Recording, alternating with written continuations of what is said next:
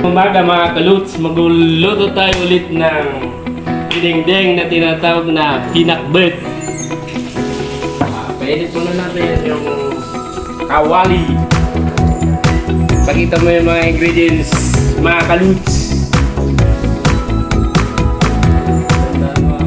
Meron tayo dito 1/4 na karne ng buyan, kamatis, sibuyas, bawang, 2 galunggong, kamuti. Isa na natin, pinapainit natin yung kawali. Tingin mo na natin kung mainit na. Oops. Tingin natin ng konti para masarap ang ulam natin mamaya. Ngayong umaga. Ay, nagdali ko na. Oy. Kiniwar-kiwar ni Turugi.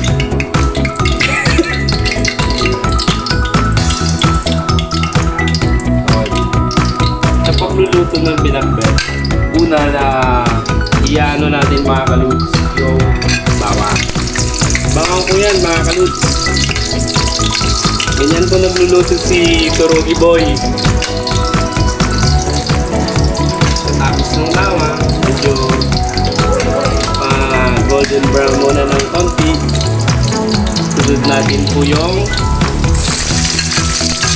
luya. Luya po mga kaluts.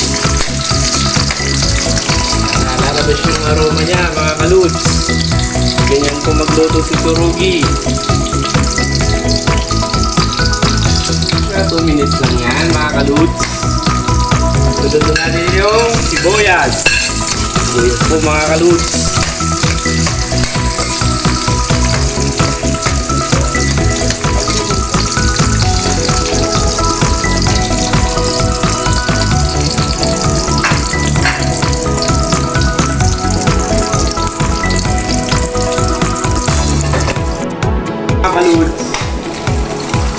Lagyan na natin yung 1/4 na karne ng baboy po mga kaluts. At golden brown din po natin siya. Karne ng baboy. Talagang lasa niya mga kaluts. Ganyan po magluto si Turugi Boy. Mula sa Manduyan, Lawak City.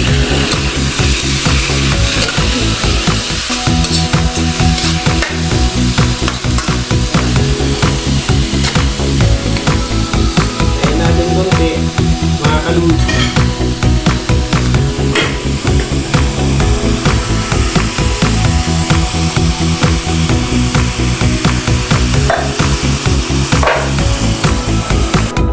Po natin konti-konti ng bagoong po.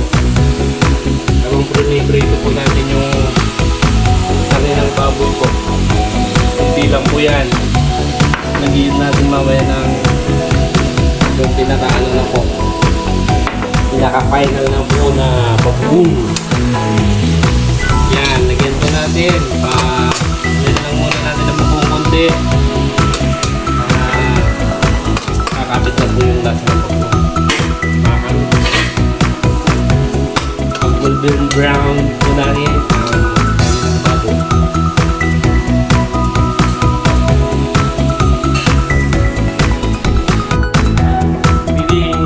Kita mo doon, boy.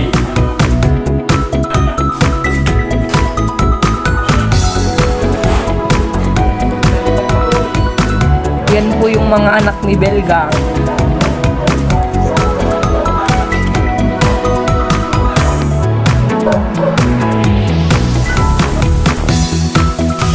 Ilagyan na natin po yung kamatis.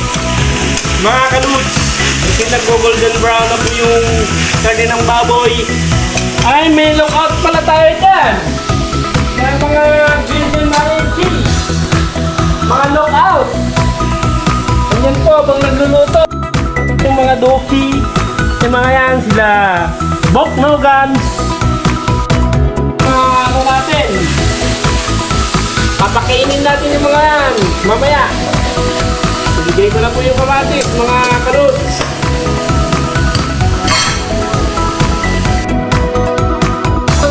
Lagay ko na rin tong kamuti, mga kaluts.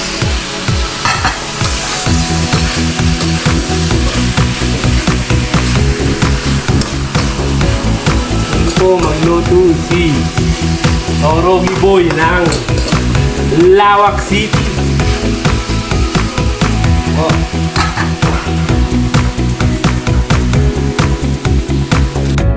Mga gulay niya, mga kaluts. Sabay-sabay na to mga kaluts. Ilagay ko na rin tong talong, mga kaluts. Dahan-dahan lang mga kaluts para masarap po yung lasa nito. Ang sarap ng nagluluto. Ay, sarap. Joke.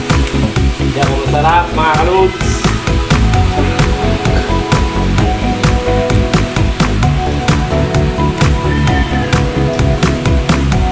Lagyan na rin natin yung okra mga kaluts.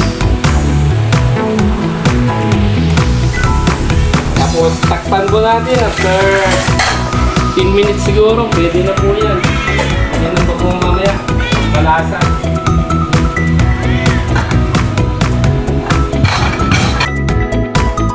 Natin, tignan natin kung pwede nang ilagay yung galunggong. Oo, yan po. Kung alam nyo mga kaluts, dito ko napasagot si Mrs. nung nagluto po ako ng pinakbet. Natuwa sa akin, kaya ako alam niya na mga kaluts. Lagyan na natin itong dalawang galunggong. Patong lang po natin si Babo. Ayan mga kaluts.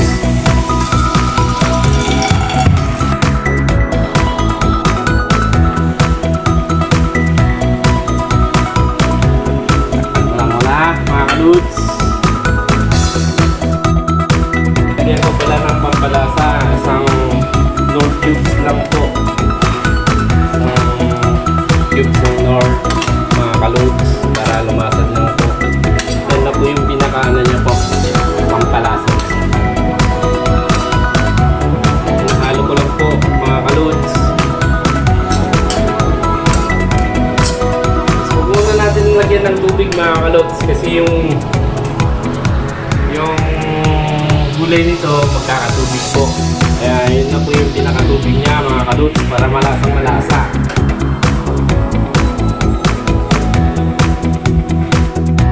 Mga kaluts, oh, pwede na to. Pwede nang prepare for ano na po. Pwede nang kainin. Ulamin pala.